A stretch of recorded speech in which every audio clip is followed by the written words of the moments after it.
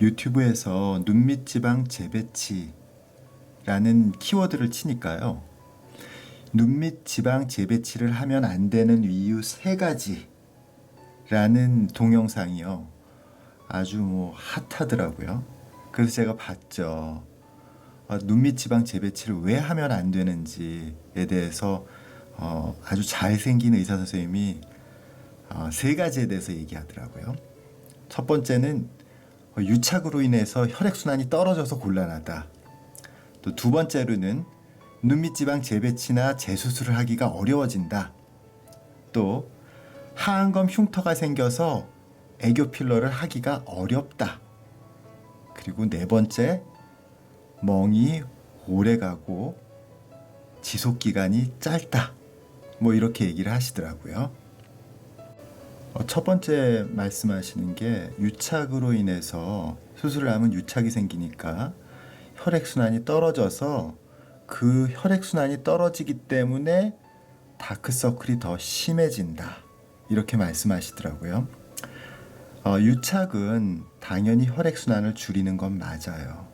하지만 혈액순환을 그렇게 심각하게 줄이는 게 아닐 뿐더러 다크서클이 혈액순환 감소로 생긴다는 건 저는 처음 들어보는 학설이에요.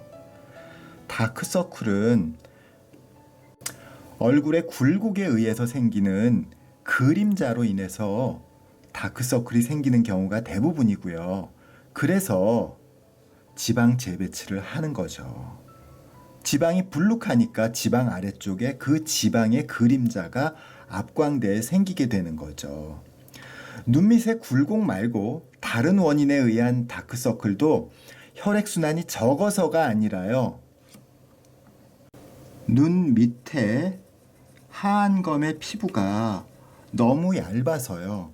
그 바로 아래쪽에 위치해 있는 그 피부 바로 아래층에 있는 근육, 그러니까 근육에는 혈액순환이 왕성해서 혈관이 많잖아요. 그러니까 검붉게 보인다고요.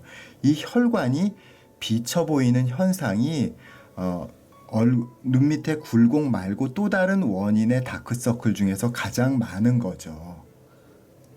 그 선생님이 말씀하시는 혈액순환이 적어서 다크서클이 된다.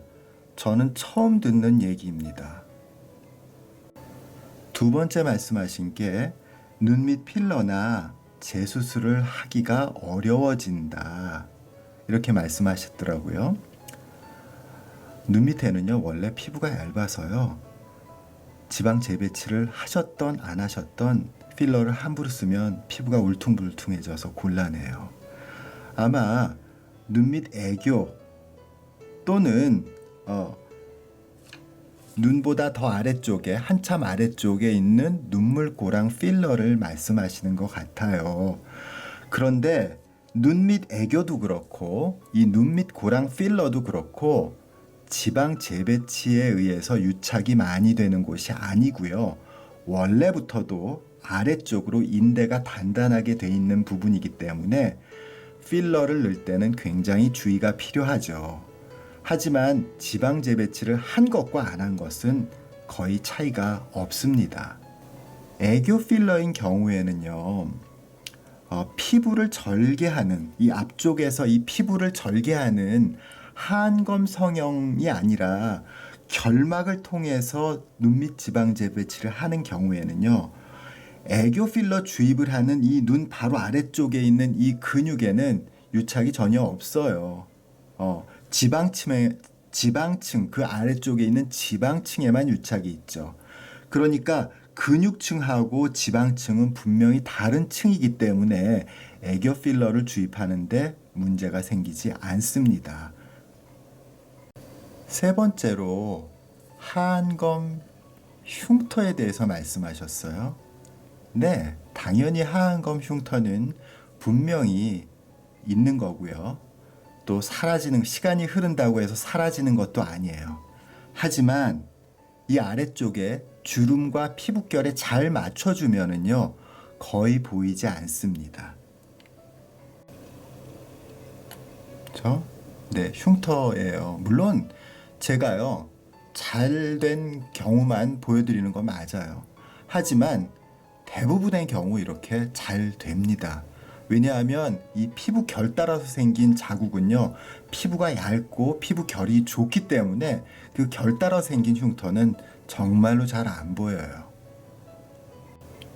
세 가지만 말씀하신다더니 갑자기 또 네 번째, 멍이나 붓기가 오래 가고 판다 같은 멍이 한 달이 지속이 되고 지속 기간은 효과가 있는 기간은 짧다. 뭐 이렇게 말씀을 하시더라고요. 아주 정말 운이 없으면 한 달씩 가는 멍도 절대로 없는 것은 아니에요. 그렇지만 대개는요, 늦어도 2주 이내, 1 내지 2주 정도면은 대부분의 붓기와 멍이 사라집니다. 이게, 글쎄, 한 달을 간다? 굉장히 아주, 잘못된 케이스를 보셨나 봐요. 그렇지가 않습니다.